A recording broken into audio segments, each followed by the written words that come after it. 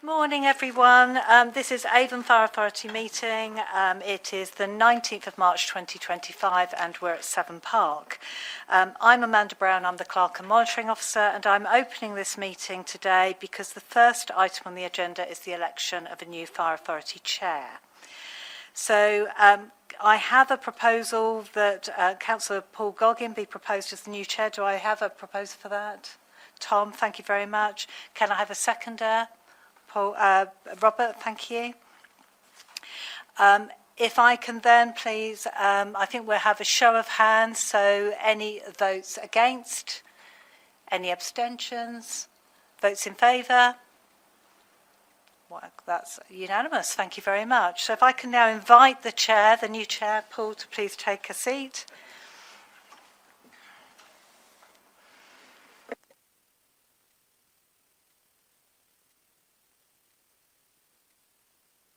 And we have discovered in a safe at the headquarters that we have a ribbon that can be worn by the Chair. So I'm going to present this. Thank you very much.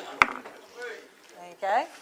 And anybody who knows me knows I love a bit of bling. So I shall look.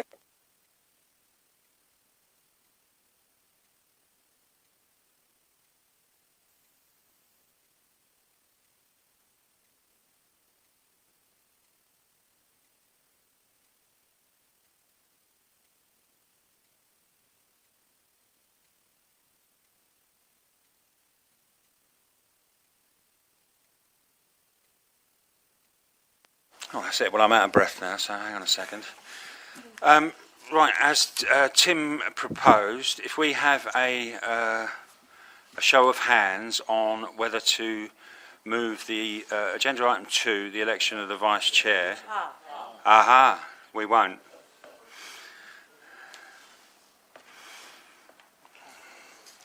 Suddenly, as if by magic, the councillor appeared.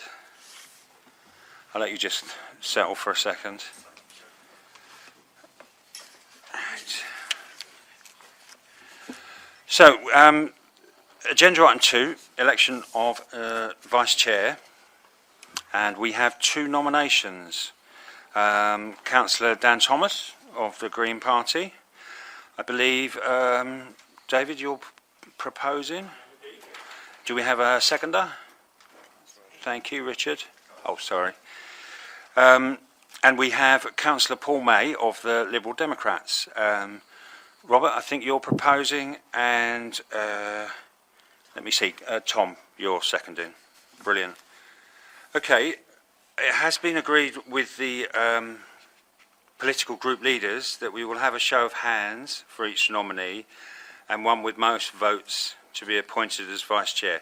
We did have a request to have a secret ballot, and I've spoken to all of the party leads, and the majority is that we do have a show of hands so that it's on the video recording and in public.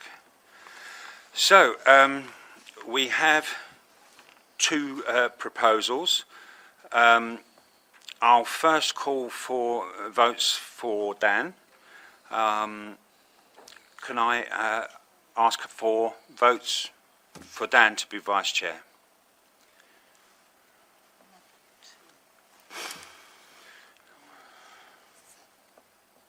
Okay, just keep them up so I can double count. 1, 2, 3, 4, 5, 6, 7. Thank you. We have 7 votes. And now I'd like to ask for votes on Paul May as Vice Chair.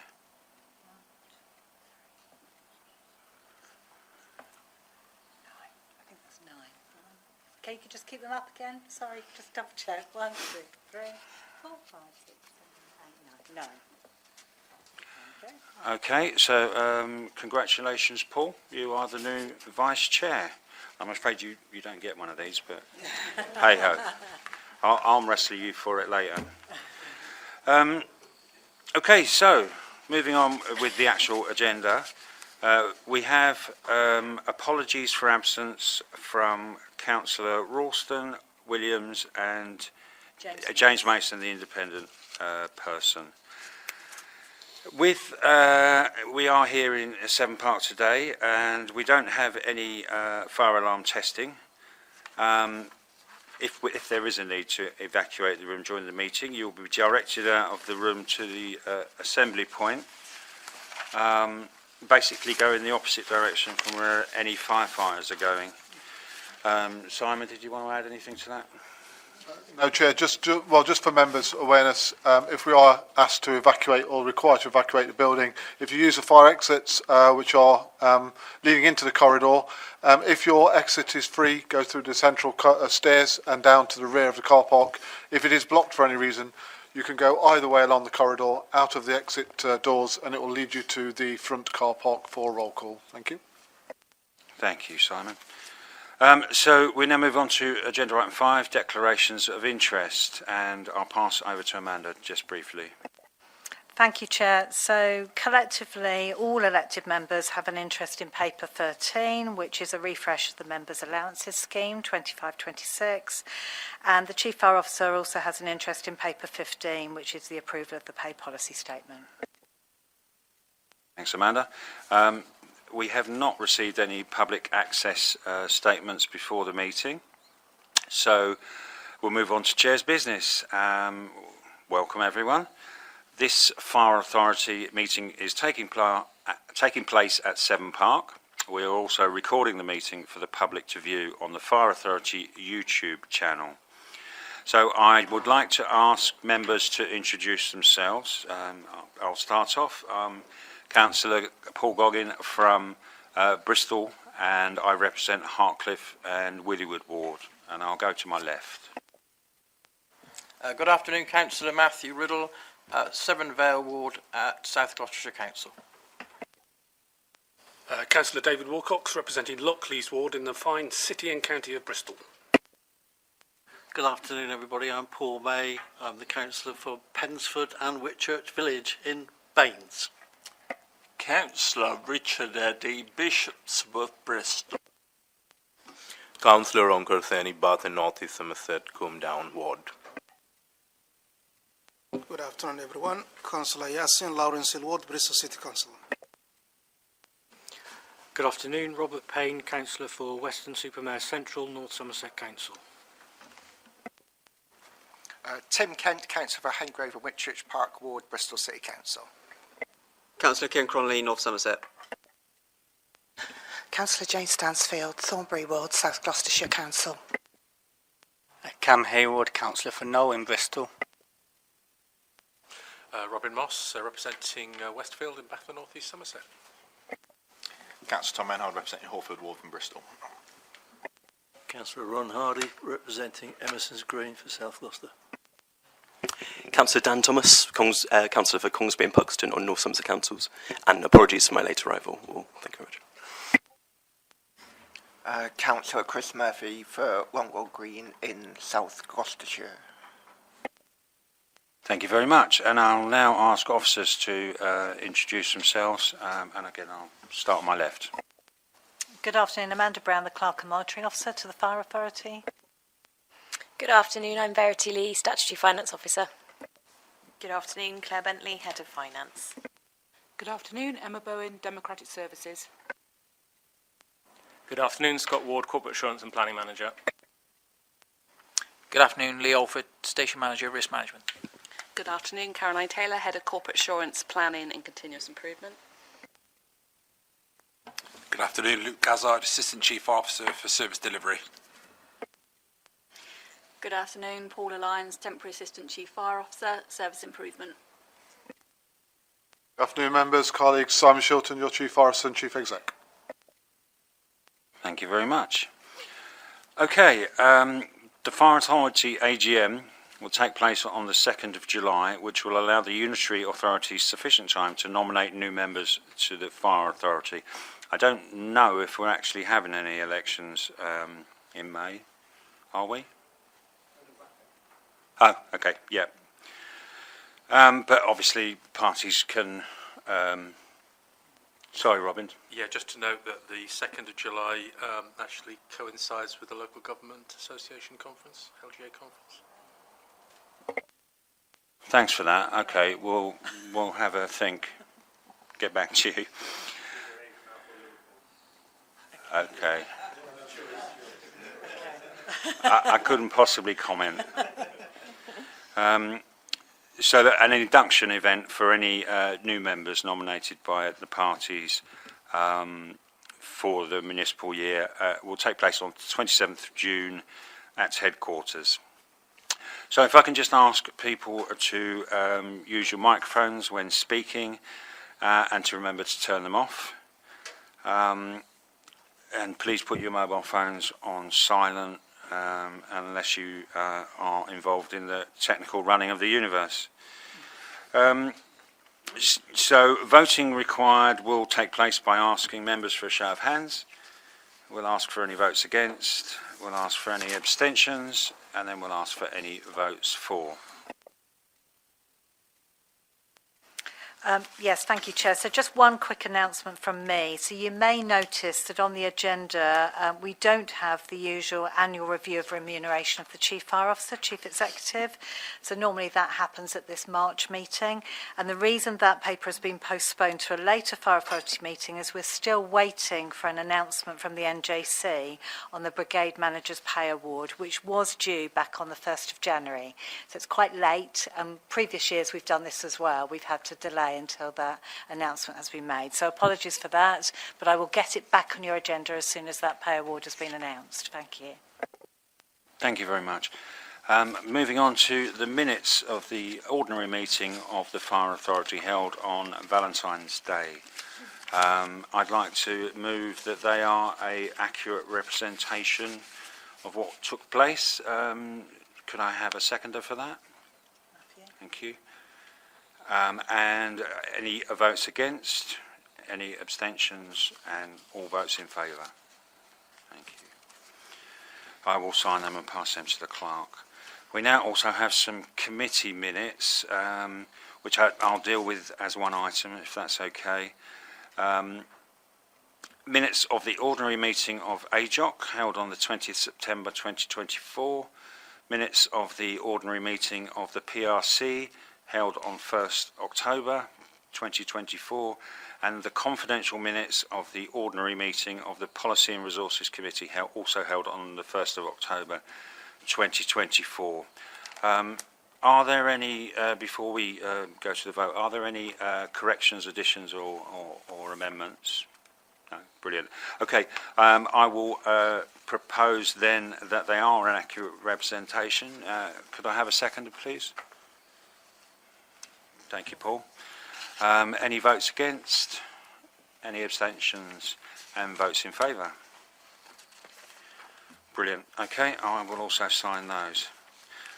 So, moving swiftly on to the first substantive item, the appointment of a new Chief Fire Officer, Chief Executive. Thank you, Chair. So this is my paper at page 53 of your pack, item 10 on the agenda. So I'll just quickly run through the summary.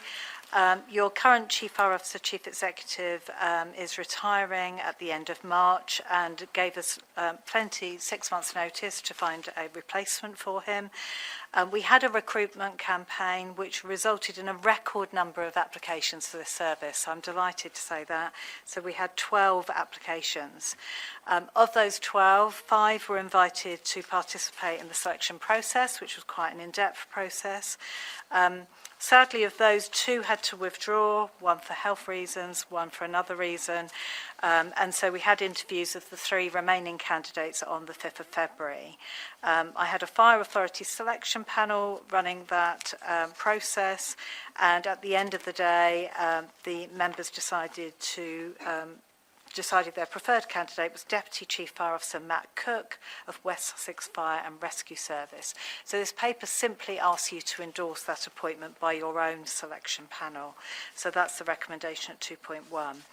I didn't intend to go through lots of other details in the paper. The only thing I would draw your attention to at paragraph 5.3, Matt has had to give a full notice period to West Sussex, so he's unable to join Avon Fire and Rescue Service until the 12th of May. So there will be a short gap between the current Chief's retirement and the 12th of May, roughly 6 weeks. The Chief Fire Officer has already been meeting with Matt to go through a very detailed handover, so that's been happening in stages already, I'm pleased to report. And in addition, the Chief has made interim arrangements with the current Service Leadership Board to cover the gap and cover all matters arising between the 1st of April and the 12th of May. Chief, did you want to add anything to that? Or? Thanks, Clark. I think pretty much covered most of it, really. Thank you. So any questions, please? David? Thank you, Chair. I would just like to ask about paragraph 5.3. Is there a legal requirement for Avon Fire and Rescue to have a head of service at any point, please? There is a requirement to appoint a head of service, and I think the fact that there's a slight delay in between the two is not a problem legally under our constitution. So as long as we've appointed one today, and we have one, it may be the start date is slightly later than we prefer, but there are arrangements in place which are akin to arrangements which would be made when the Chief is on leave. So there's always arrangements in place. I hope that answers your question. Thank you for the clarification. In essence, we'll have members of the Service Leadership Board will be acting chief officers for that particular period of time. And Chief, you've also agreed to mentor Matt after he has started. That's correct. So I've agreed, and I've spoken with Matt and met with Matt several times as part of that handover which Amanda referenced earlier on, and we'll continue with that engagement with Matt over the next few months to help with his transition and introduction into the service.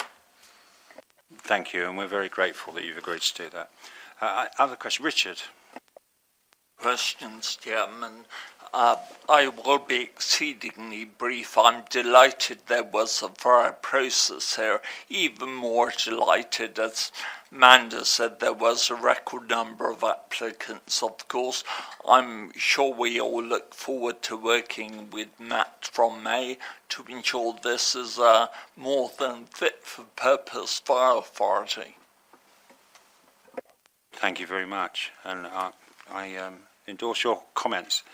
Do we have any other questions or no? Okay, well this is for approval, so I would like to propose that we do approve it. Do I have a seconder? Robert, thank you. Any votes against? Any abstentions? And all those in favour? Thank you very much. Okay. Moving on to agenda item 11, which is the revised 2025-26 budget and medium-term financial plan. And I think Verity is presenting on this one. Thank you. Yeah, so this is my paper 11, starting on page 57 of your packs. So members will recall we presented the 25-26 budget and medium-term financial plan for approval on the 14th of February. Just before that meeting, the day before, we received a grant letter and we hadn't had time to update the numbers in our budget to reflect the impact of that grant letter. So this paper brings to you today just a formal update to include the impact of that grants letter on our budget and medium-term financial plan.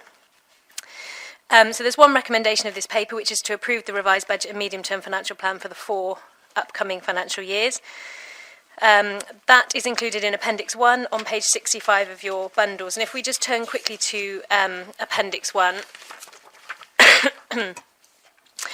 within this appendix I've highlighted a few lines in yellow just to highlight where the changes have been made. So the impact of the grants has been taken into account in the other central government's grant line within the income section, so the yellow line highlighted at the top there. The corresponding effect of income adjustments mostly has been reflected in the further savings requirement line, so that's our efficiency savings pot that we haven't yet identified how we're going to manage that. And then the final line that's been amended is a transfers to and from reserves, and that's in relation to a protection reserve we have, which is linked to one of the grants, which I'll talk through when I move back to the body of the report. So if I can just draw your attention to paragraph 4.1 on page 58 and the table that's included below paragraph 4.1, and that just shows the impact of incorporating the updated grant information. So the second column is the original assumption, so what we had within the budget that was approved in February. And then we have a revised assumption, which has come from the grants letter that we've now received, and then the impact there. So we can see the overall impact is a reduction of £381,000 in income in 25-26. There are some notes below the table which explain reasons for that, and the one that I just wanted to pick up on was the Protection Uplift grant funding. So that funding is received in two 50% instalments. The grant letter confirmed that the government is aiming to continue the overall grant at the same level as prior year, but they're only able to confirm the first half of the grant at this point in time. So we've made the prudent assumption to only include 50% of that grant funding for this financial year. What we have done is reviewed a reserve that is associated with that grant funding. So we've previously received grant funding for Protection Uplift work. That grant in the past has been in excess of the money that we've spent, so we've been able to build up the surplus within a reserve, which is ring-fenced for that specific purpose. Now we're in a place where the income is lower than the spend associated with that work. And what we can do is pull on the reserve that we previously built up. So when I mentioned at the bottom we've adjusted our transfers to and from reserve assumptions, what we've done is been able to release some of that reserve to offset the costs to mitigate the fact that some of the income is going down in that area.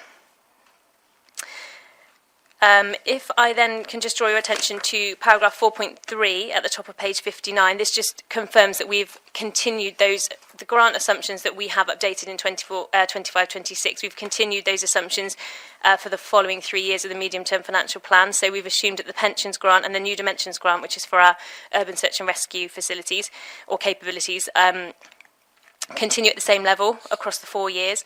The Firelink grant is assumed to continue at nil, and for the Protection Uplift grant, because it's not guaranteed funding, we've assumed that no further grant funding is received in that area. If further grant funding is received, it will be put within the ring-fence reserves and then utilised as we spend the money. But what that has meant is that we can release the final bit of the reserve in 26-27. So there's a £270,000 reserve release assumed for 26-27, which utilises what we would expect to have left within our Protection Uplift grant reserve if we receive no further funding other than the £165,000 that's been confirmed as part of this grant letter. The table at paragraph 4.4 just confirms the overall impact on the savings requirement. So we can see here that the impact for the first year, so for 25-26, is a £78,000 increase, but that grows across the medium-term financial plan period, and that's because of the reserve utilisation. So during 25-26, there's quite a big reserve utilisation. During 26-27, there's only £270,000 left to offset that. The income reduction is greater in 26-27 onwards because of the fact that we've assumed the Protection Uplift grant doesn't continue. So it's the assumption that there's no Protection Uplift grant. So it's an additional £165,000 taken out of income, which is why it grows up to the £550,000 towards the end of the 4-year medium-term financial plan. Within section 5 of the paper, I just wanted to draw your attention to paragraph 5.2 and our requirement to set a balanced budget. So obviously today we're asking you to approve a budget as we did in February with an unidentified savings pot in order to balance the budget. So just to highlight there that we will be bringing a paper back to the authority in due course with our preferred options to identify how we're going to deliver on that requirement to balance the budget. Towards the end of the paper, I have represented the Section 25 statement, which is a legal requirement under the Local Government Act 2003. That's very similar to what was presented as part of the original budget presentation, but represented here for completeness because we are representing both the budget and the medium-term financial plan. I think that's all I wanted to say, but happy to take any questions. Thank you, Verity. Questions from members? I was going to say, David. I noticed that the control of budgets has now been transferred from the Home Office to the Ministry of Housing, Communities and also Local Government, which is interesting. Is there any news on a multi-year settlement for fire authorities, please? I think I'll answer and if someone wants to add anything. I think there's an assumption that there might be one, but I don't think it's confirmed yet. So as part of the funding settlement announcement for this financial year, there was reference to a multi-year settlement in future, but I don't know if that means it's definitely going to happen.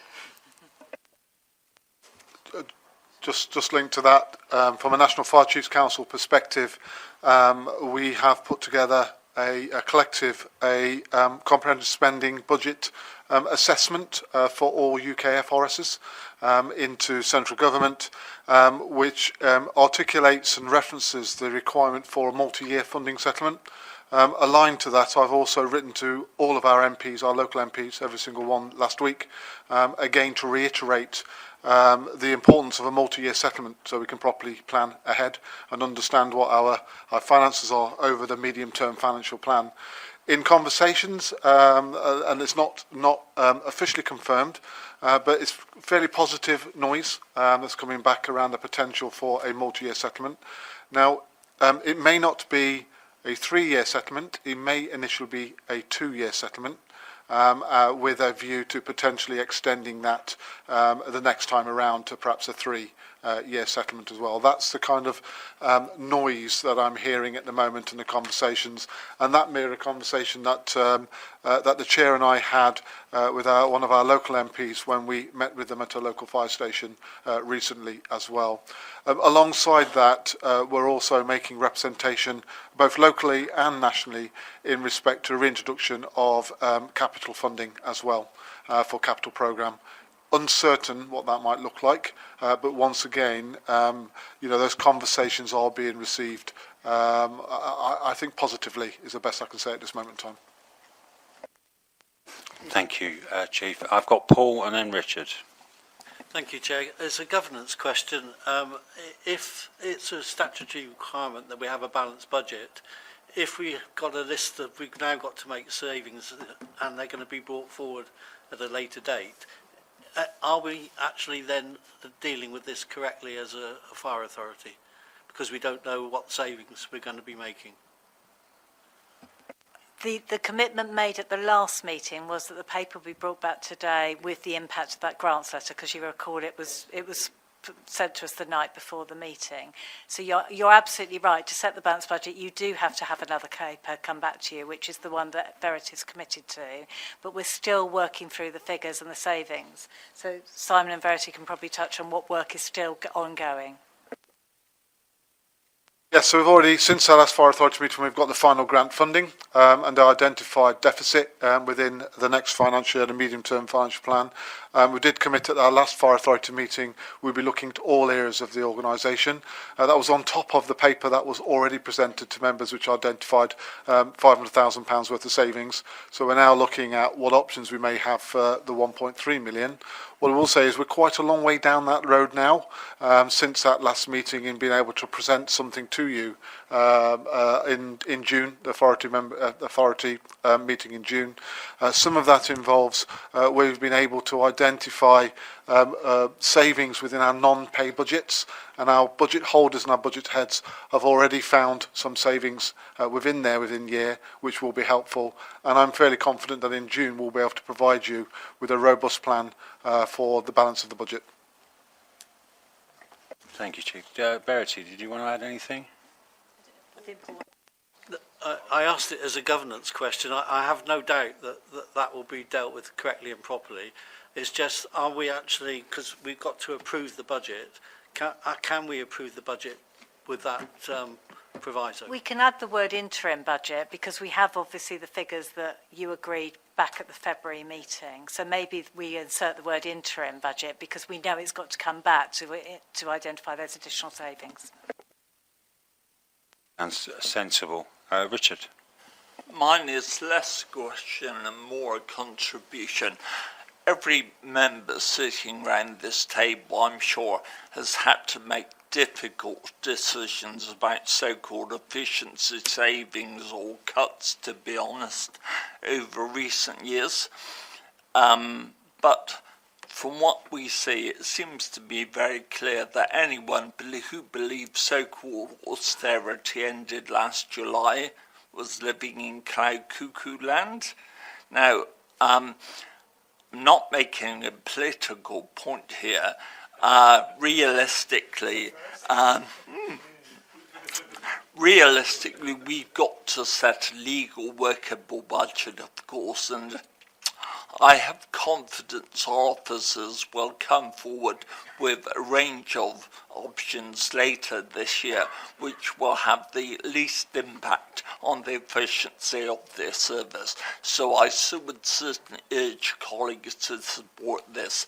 Though I must say, looking that within 3 years we're looking at unidentified savings of up to 5.6 million quid, I suspect I'm probably relieved, Chairman. You and I will both be coming off next year. I don't envy my successors. Indeed. Yeah, it's tough times. But thank you, Richard. Tim, I think you were next. Thanks, Chair. I just wanted to raise again about the MRP.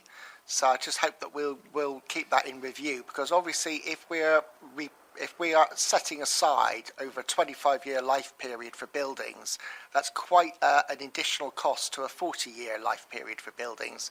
And just looking at the budget, the loan MRP rate goes from 486,000 for this coming year to 1.666 million for 27-28, so it has quite an impact. And I just think that what I'm aware of is, due to the policy, we have to, I think, make that decision before we engage the loan.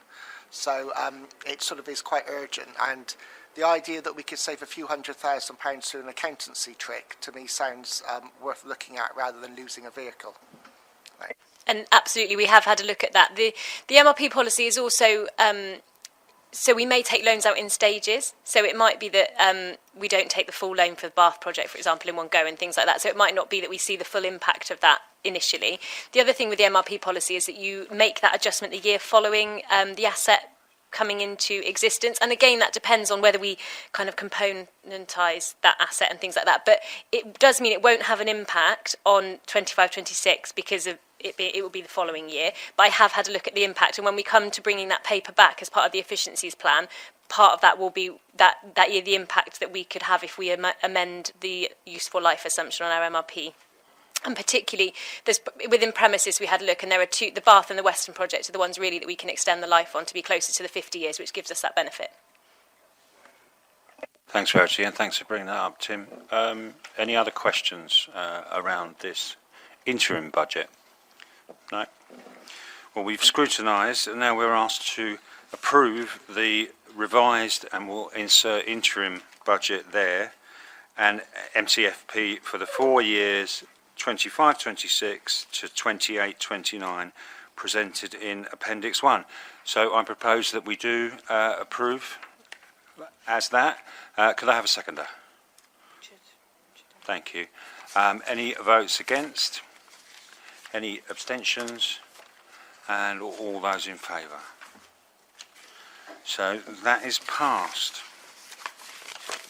Moving on to agenda item 12, which is the annual update on the 24-28 service plan, including the community risk management plan. And I believe Scott is presenting on this one. Oh, sorry. So, members, this paper presents to you a revised service plan. If you recall, we rewrote the service plan last year for a 4-year plan. So I moved from a 3-year to a 4-year plan, aligned to the medium-term financial plan. And this is part of a refresh of any external factors that may well influence the next few years of the service plan, but also around the work we've done to date and the achievements we've made within the past 12 months as well. This is your plan, members, that we deliver, and I deliver, or your Chief Forester delivers on your behalf.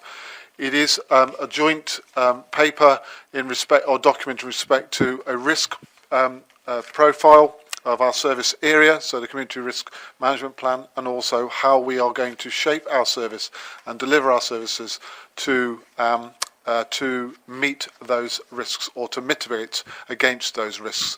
And it basically identifies who, what, why, where and when somebody is risk from fire or other emergencies. So Scott, Caroline and Lee will most probably jointly present some of the changes that we've made for this forthcoming year. Thank you, Scott. Thank you, Simon. Good afternoon, members. So yes, this paper in front of you from page 77 of your pack presents an update to you today on the 24-28 service plan, and this includes progress that we've made over the last 12 months. You will note there are two recommendations on page 78, the first of which is to consider the outcomes of the public consultation, and the second is to approve the updated content in Appendix 1 of the paper for publication next month. So, as Simon says, our 4-year service plan sets out our overarching strategic priorities to our communities.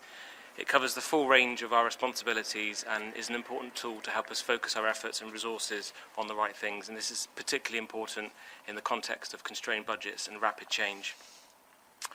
By prioritising our set of commitments, the service plan and its accompanying action plans also helps our communities to hold us to account for our performance and to challenge us to continuously improve. As a service, we will continue to focus our activities on making our communities safer, which we will do through protection, prevention and response, and providing a resilient service. The plan also includes our commitment to making our service stronger through investing in our organisation and investing in our staff. So each year the service embarks on a comprehensive planning process to consider community risks and the service's strategic priorities, and this allows us to best match our resource to risk. Our service plan and the process is aligned with our medium-term financial planning process, and this allows the service to consider changes to the financial landscape and to adapt our priorities if necessary, while maintaining a clear vision. The service plan, including our strategic priorities, is reviewed annually by service leads, and sections which have been updated, for example, to reflect recent achievements, up-to-date financial information, changes to our service area or our objectives, are captured in Appendix 1, which you'll find from page 85 of your pack. One correction just to highlight for the minutes in Appendix 1, on page 93 under Resources, the whole-time firefighter establishment figure of 435 should in fact be 398, and this is as per the current live service plan. So just to confirm, this figure has not changed in the last year. I'd like to take the opportunity to briefly share some of the successes from year 1 of our service plan. We have 8 objectives which are now complete pending assurance, which includes the introduction of new service strategies for making our communities safer in the areas of prevention, protection and response, and making our service stronger with our new fleet strategy. More details of these achievements are included in Appendix 3 from page 115. Since we launched the plan online in April last year, it has received over 1,500 views from over 500 visitors to the website, and we hope to continue to build on this engagement over the next 12 months. This will be achieved through consultation, focus groups and planning sessions to develop and refine our annual action plans. At the same time, work will be undertaken to refresh our baseline data and strategic assessment of risk. You'll recall an update on the key assumptions and findings identified by the Community Risk Management Planning Team were presented to the Policy and Resources Committee in September last year, and a similar opportunity for your review and feedback will be made available in the next financial year. So with that, I'd like to hand over to Lee, who will talk you through our Community Risk Management Planning process in a bit more detail. Thank you. Thank you, Scott. Good afternoon, everybody. My name is Lee Alford, Station Manager, Risk Management. I'm going to talk you through a bit about CRMP this afternoon. So your service plan incorporates your Community Risk Management Plan, as highlighted by the CFO previously. So why do we have a CRMP, and what are we aiming to achieve? So under Section 21 of the Fire and Rescue Services Act, it requires the Secretary of State to prepare a Fire and Rescue Service National Framework. Under the Fire and Rescue National Framework for England, we have a legal requirement to produce a publicly available Community Risk Management Plan. Your CRMP must cover at least a 3-year time span, and as we've already discussed, we currently have a 4-year plan. The plan is regularly reviewed and consulted upon and reflects our up-to-date risk information, which is also publicly available via our new website, and it explains how our Fire and Rescue Service plans to use its resources to reduce harm and risk within our communities. The CRMP is aiming to identify and assess all foreseeable fire and rescue related risks that may affect our service and or our communities. It incorporates the allocation of appropriate prevention, protection and response resources to mitigate those risks efficiently and effectively. To identify and assess risk, we follow the NFCC's CRMP strategic framework process, which aligns with the best practice as set out in the FIRE standard for community risk management planning. We've worked proactively across the industry and with those services defined as outstanding in this area to ensure that we are the best that we can be, to support our communities and produce a comprehensive but agile CRMP plan. The CRMP and business planning teams work together to analyse and understand what internal and external influences may affect our organisation. We then work to identify risks and potential hazards to our community through several methods. We horizon scan for emerging risks, so research and development around lithium-ion, battery energy storage systems, and future planning developments within our communities. We review the National Risk Register and work very closely with the local Resilience Forum and their risk register, which we update on a regular basis to identify our risks. We analyse our incident data and look for trends and potential shifts in demand, which aligns with our updated baseline report. We use risk modelling, which is combining our demographics, insight data and incident data to pinpoint areas of risk and vulnerability, which is aligned with our strategic assessment of risk.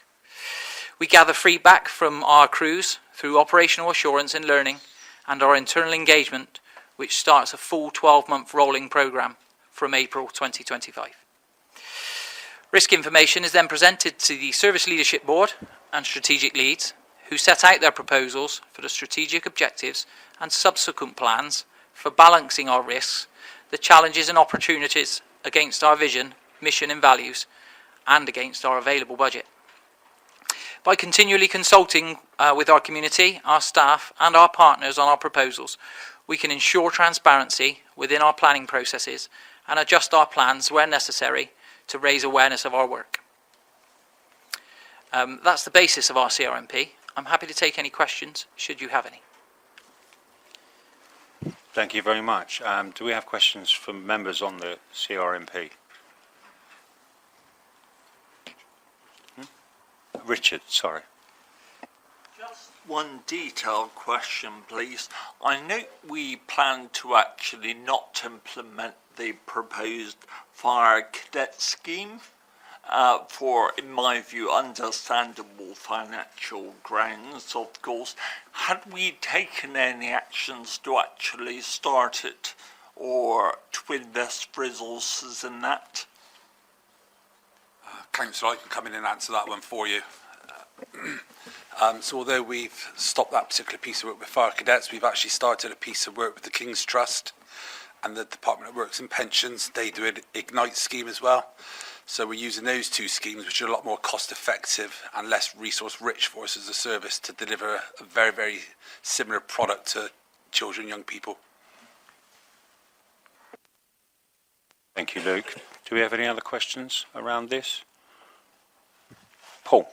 Thank you, Chair. Just one, and Simon will be aware that I'll ask this question. I was pleased to hear about you working with local authorities around the local plan that are being prepared in the various areas, bearing in mind that the new government has put a stipulation that we should be increasing the numbers of properties, certainly in the Bath and North East Somerset area, and that may then have direct implications within the timescale of this.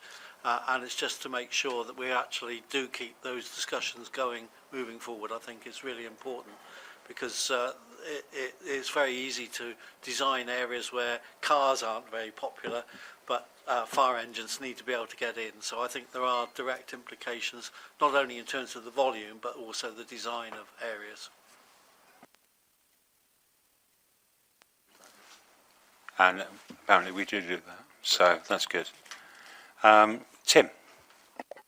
Thanks, Chair. Just a quick one around the fire safety audits and fire safety visits, but particularly to residential properties. I had a resident contact me recently who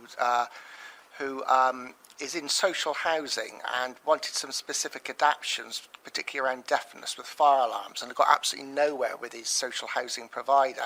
I referred him to the fire service, and he was delighted, and when I asked them, they were coming out the next day, so hopefully that all went well.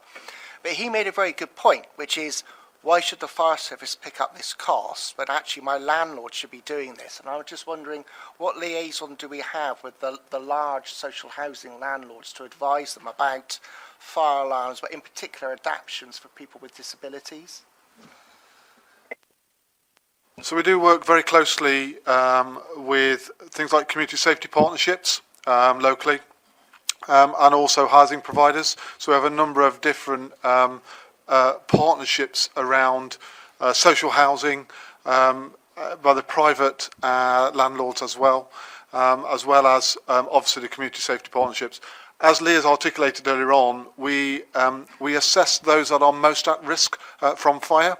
And we have a responsibility to also to mitigate against that and prioritise those that are most vulnerable.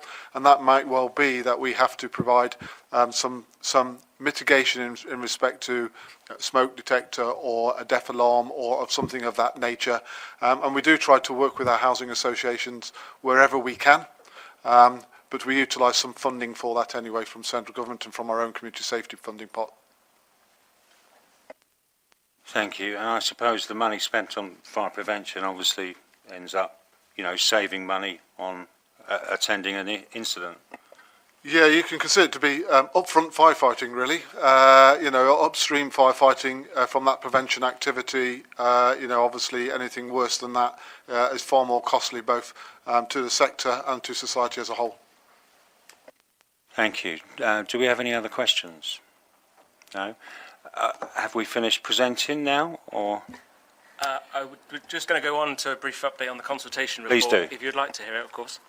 Very briefly then, on page 115, you'll see the consultation report. We ran a 6-week consultation process from the 27th of December through to the 7th of February. And this was predominantly carried out through an online questionnaire. Hard copies of the questionnaire, as well as versions in alternative formats and languages, were also available upon request. Firstly, we'd just like to thank all members of the community, staff and our partners who took part in the consultation. In total, we received 615 questionnaire responses, and this compares with 453 responses last year. So that's a 35% increase achieved in a shorter time frame. However, we do recognise that this is still a very small percentage of the population served by Avon Fire and Rescue Service, around 0.05%. However, this is comparable with the response rate of other fire and rescue services. We adopted an integrated approach to reach and engage with as many people as possible, including key stakeholders identified in our communication strategy. The consultation report provides full details for you on the methods of communication that we used, but to provide a couple of examples for you, we went out for feedback to local media outlets, our social media channels, and by directly emailing our staff, partner agencies and community contacts. Details of the percentage of respondents that agreed with our plans to address local risk for each of our objectives can be found on page 5 of the consultation report, which is 105 in your pack. While the consultation feedback hasn't fundamentally changed our overarching objectives, it has been considered and will continue to inform our underpinning action plans, which will help us to deliver our strategic objectives. We do recognise that there are limitations to the level of engagement and responses we can achieve within a 6-week period. Therefore, we will continually seek opportunities to engage with our staff and local communities to capture feedback throughout the delivery of our 24 to 28 plan. So in conclusion, we have considered and acknowledged feedback received through the annual service planning process. Based on key findings, analysis and the consultation process, our service plan objectives have been thoroughly reviewed and the plan updated for the year ahead. So you'll see from the paper presented to you, there are 3 appendices, which are the service plan updates for 25 to 26 from page 85, the consultation report from page 101, and the service plan objectives, which are complete pending assurance, which is available for you on 115. So with that, I'll hand back to the Chair for any other final questions. Thank you. Thank you very much, and thank you to the team for obviously preparing this and bringing it to us. Do we have questions? Tom. Just a brief comment. Good to see it going the right way in terms of that consultation engagement. And one of the things I pulled out is actually you need to get a lot more responses after you post it in community Facebook groups as well. And so let's see if we can do more of that next year to increase the response rate further. Yeah, thank you. The online format has certainly helped increase the reach of the plan, and there's been some positive feedback as well from external audit in terms of the advanced approach that we're taking. Just to add some further detail around the CRMP is built from station plans, which feed into the unitary plans. It's then feed into the service plan as well. So in answer to your question earlier about community engagement, that happens at ground level. So at station level, they're doing that and identifying and assessing how we match our resources to risk. And that's feeding further and further up into the service plan, which obviously sits alongside our 4-year community risk management plan. Thank you. Thank you very much. Any other questions on this? No? Brilliant.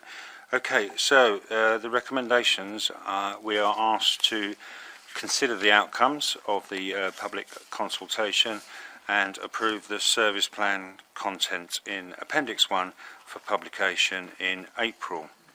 So I'd like to propose that we do so. Can I have a seconder? Paul? Any votes against? Any abstentions? And all those in favour? Fabulous, thank you very much.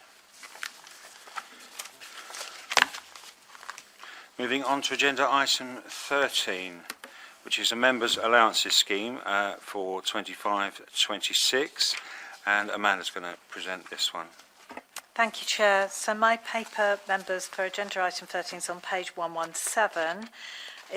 I intend to rattle through this quite quickly. It's your members' allowances scheme, which we have to update every year. So this is the one for 25-26.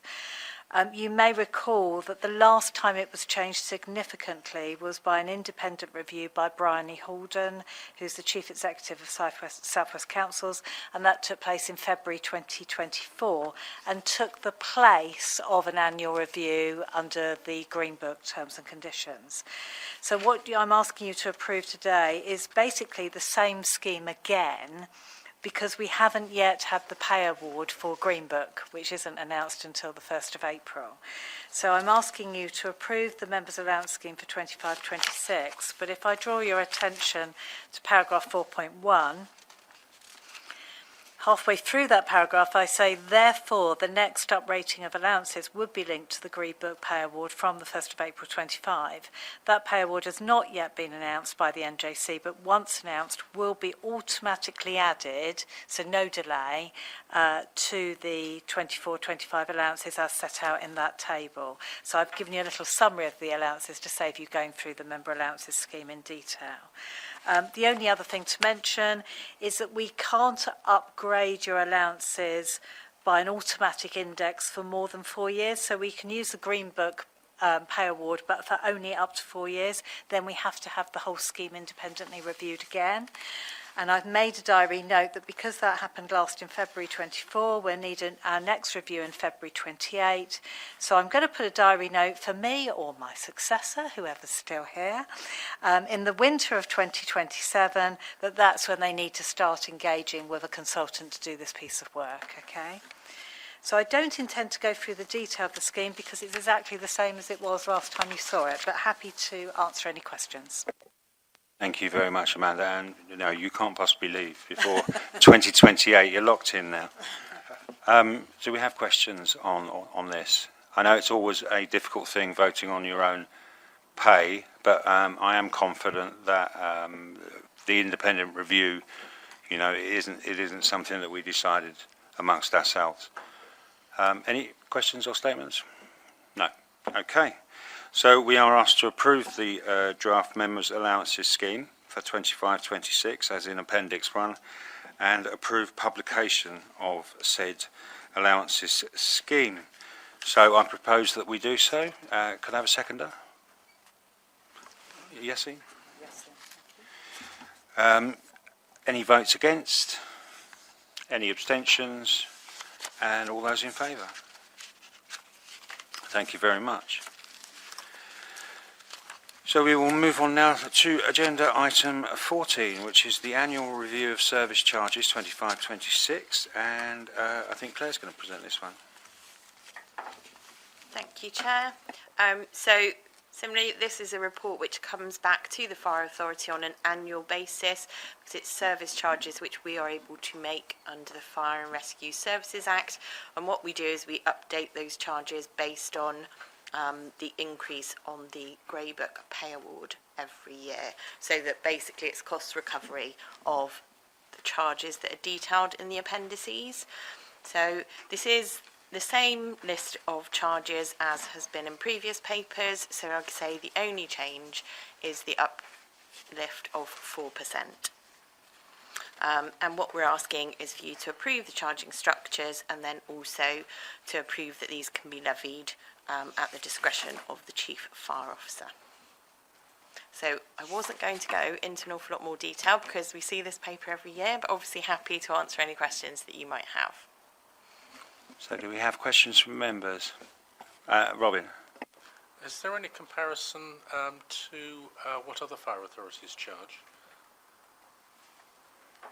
These would be based on our own costs, so it is just a cost recovery basis. They tend to be quite similar across the piece, so we do look at other services. But yes, so they are in line with what other services would charge, but it is only a cost recovery. We can't actually make any additional income, so they're fixed. Thank you, Claire. Other questions? Sorry, Robin, did you have a follow-up? Do you want to add to that, Robin? Sorry. No, I'm sorry, I was just saying to Tom that we'll probably have a conversation off camera, if you like, about what the full cost recovery model looks like to make sure it's including all elements that you can include. Okay, any other questions? Richard, sorry. Got no issue with the 4% escalation in line with actually costs, of course. I'm assuming that in all cases what we levy actually does fully reimburse the service. We don't actually not take the full amount in any, or does cover our expenses in any case. It does. Yes, that's correct. Thank you. Other questions? No. Okay, the recommendations are that we are asked to approve the charging structures set out in Appendices 1 and 2 with effect from 1st April, and approve that the charges be levied in full in all cases, but power be delegated to the CFO as Chief Executive to remit the whole or part of the charge if in all circumstances he considers it appropriate to do so. So I will propose that we do both those things. Can I have a seconder? Richard, thank you. Any votes against? Any abstentions? And all those in favour? Thank you very much. Agenda item 15 is the approval of the pay policy statement, and Amanda's going to present on this one. Thank you, Chair. So this is paper 15 at page 141 of your bundles. Again, it's a paper you get every year. It's a paper that's required under the Localism Act 2011. We must prepare an annual pay policy statement. There are certain topics that pay policy statement must include, but the most important ones are set out 3.2. So the remuneration of your chief officers, the remuneration of your lowest paid employees, and the relationship or ratio between the remuneration of the chief officers and those who are at the medium or at the lowest ranks. If I draw your attention to paragraph 5.2, in addition to the document you're being asked to approve today, because we're an organisation that employs more 250 or more staff, we are required under the Equality Act to also, the Equality Act Gender Pay Gap Information Regulations, I should say, we are also required to report on gender pay gaps. So we do that every year, and we also do a voluntary combined report which also covers ethnicity pay gap. So that is based on a snapshot date of the 31st of March, and we must do the report within 12 months of the snapshot date. So I have that penciled into the agenda for the Policy and Resources Committee meeting on the 31st of July, so you'll get that report separately. If I quickly take you through the pay policy statement itself, which starts at page 143, I'll just draw your attention to a couple of details. So you will see that it's grouped into 3 categories of staff. So at paragraph 2, it deals with the Chief Officer and SLB first, and that's linked to the Gold Book Pay Award. And what you will see is that it makes reference to the National Joint Council for Brigade Managers of Fire and Rescue Services applying an annual pay award. That pay award was last announced on the 25th of January last year. It was 3%, and then it was backdated to the 1st of January. We are still waiting, as I alluded to earlier, for the pay award for this January. So that will be reflected in the next version of this report. But that's why you haven't got the paper on the annual review of the Chief's pay. Over the page at paragraph 3 is a second category of staff, which is called Grey Book. And Grey Book covers whole-time firefighters, retained duty staff and control room staff. They are also subject to an NJC announcement on pay awards, but that pay award happens on the 1st of July each year. So the last pay award was announced on the 20th of May 2024, which was a 4% pay award. And that also increased CPD payments and made some other changes which I've set out in your report for you. So there was an improvement on statutory maternity pay and also an improvement to retainer fees. But again, we're waiting for that announcement to be made for this year. Finally, at paragraph 4 at the bottom of page 145, the third category of staff is called Green Book. And that's also negotiated or announced rather after negotiations by the NJC for local government services, and that pay award takes effect on the 1st of April. So not too much confusion here, only 3 separate dates that we've got to track. The pay rates for 1st of April last year were announced quite late in October, and you will see that they were backdated, and that was an increase of £1,290 across the board for all pay points up to a certain level, and then anyone who fell outside that was 2.5%. So again, negotiations are ongoing for that, and hopefully we will get an announcement soon for the 1st of April. So that's where we are with all the different pay awards. We do, as a fire authority, pay the real living wage, which is slightly better than the minimum hourly rate set by the government. So I've set those out at paragraph 5.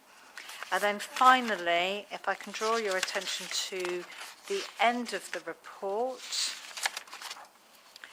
which is section 6.2, which is the bit that we're required to produce by statute on page 149. It's the internal pay comparators. So it sets out the chief's salary, the lowest salary, the median salary for the organisation, and then over the page it sets out the ratios for those.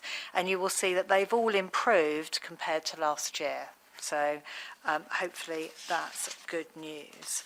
And then I just confirmed that a separate report will be prepared on the gender pay gap. So I think I've rattled through that as quickly as I can. Happy to take any questions. Thanks, Amanda. I'll look forward to them all coming to PRC at various stages of the year. Richard? Question, Chairman.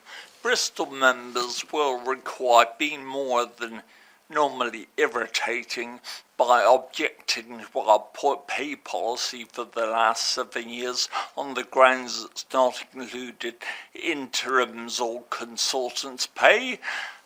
That's now been rectified from this year, I'm pleased to say. I'm pleased also to say the Chief Fire Officer has assured me we don't pay anything similar, so I'm wholly in support of this. Fabulous. Thank you, Richard. Any other questions or comments?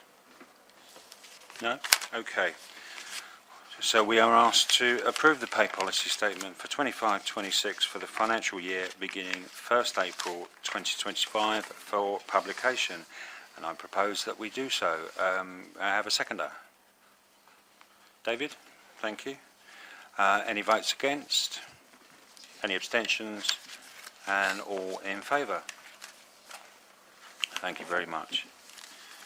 That concludes agenda item 15, and we'll now move on to agenda item 16, which is the appointment of the new local pension board independent chair. And again, I'll pass to Amanda on this. Thank you, Chair. So this is paper 16 at page 151 of your bundles. So this is good news, I'm pleased to report. You will recall that the local pension board is a board which is an advisory board and assists you all as Avon Fire Authority scheme manager in running the firefighter pension schemes. So some time ago now in 2021, the Fire Authority decided the pension arena was getting very complicated with all the litigation and various changes proposed to legislation, and you decided to appoint a pension expert as an independent chair to the local pension board, and particularly to deal with the immediate detriment issue. So that independent chair was appointed on the 15th of October 21, and I'm pleased to say that has worked really well, and I think the pension board members have appreciated working with him. He has sadly, due to work pressures, so not for any bad reason, decided to step away from being our independent chair, and his last meeting was of the local pension board was on the 30th of January. So we did run a recruitment campaign, which was run by prompted by the Policy and Resources Committee, who have responsibility for pension matters. And I'm pleased to say that interviews took place on the 7th of March. We were worried we weren't going to get any applicants because it's such a niche subject and an arena where there are lots of people looking for the same staff with the same skill sets. But we have 3 candidates, all very good candidates, I hasten to add, and we had those interviews on the 7th of March. So this paper is to ask you to formally endorse and appoint the panel's preferred candidate, and Councillor Ron Hardy was at those interviews, so can reassure you that he was impressed with all 3 candidates and why, if necessary, he chose the preferred candidate. So the only other thing to mention at paragraph 5.2 is that when you appoint this independent chair, they are non-voting, so they don't impact on the balance of voting at the pension board, and voting membership remains as 2 employer representatives, which is councillors, and 2 employee or scheme member representatives, and we are in the middle of a recruitment campaign for a new employee representative, which we're very much hoping to find a new one. So the preferred candidate is Mr. Philip Doggett.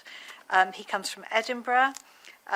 The proposal is that you appoint him for an initial 3-year term, and I've set out a little bit about him at paragraph 5.4. He's actually an actuary by profession, but also brings a wealth of experience of pension governance from being both a member of pension boards and pension committees.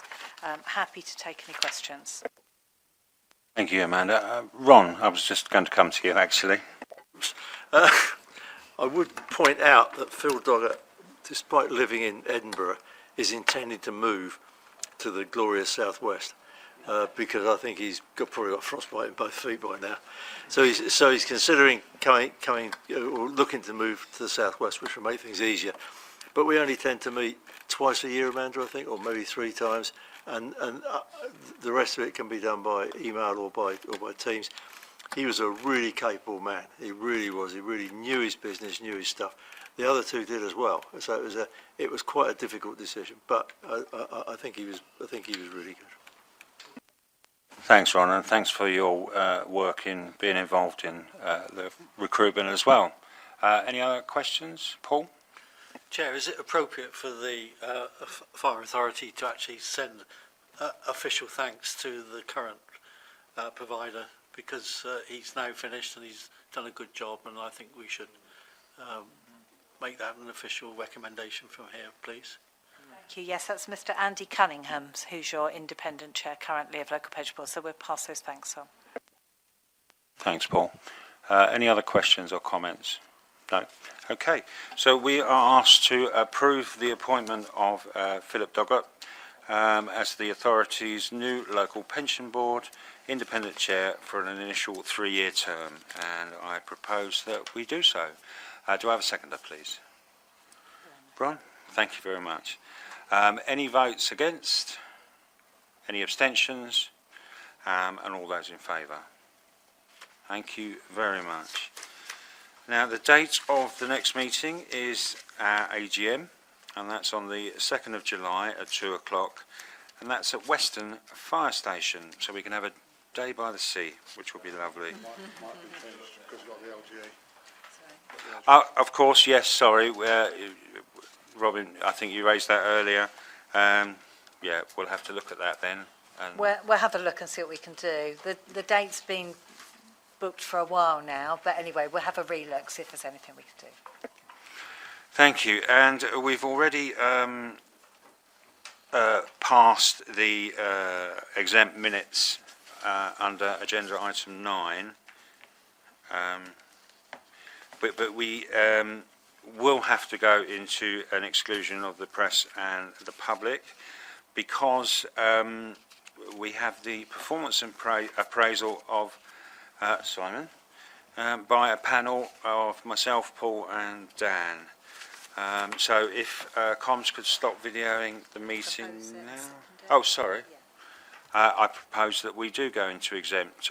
Can I have a seconder? Thank you very much. Any votes against? Any abstentions? And all those in favour? Thank you very much. So yes, if we could stop videoing now.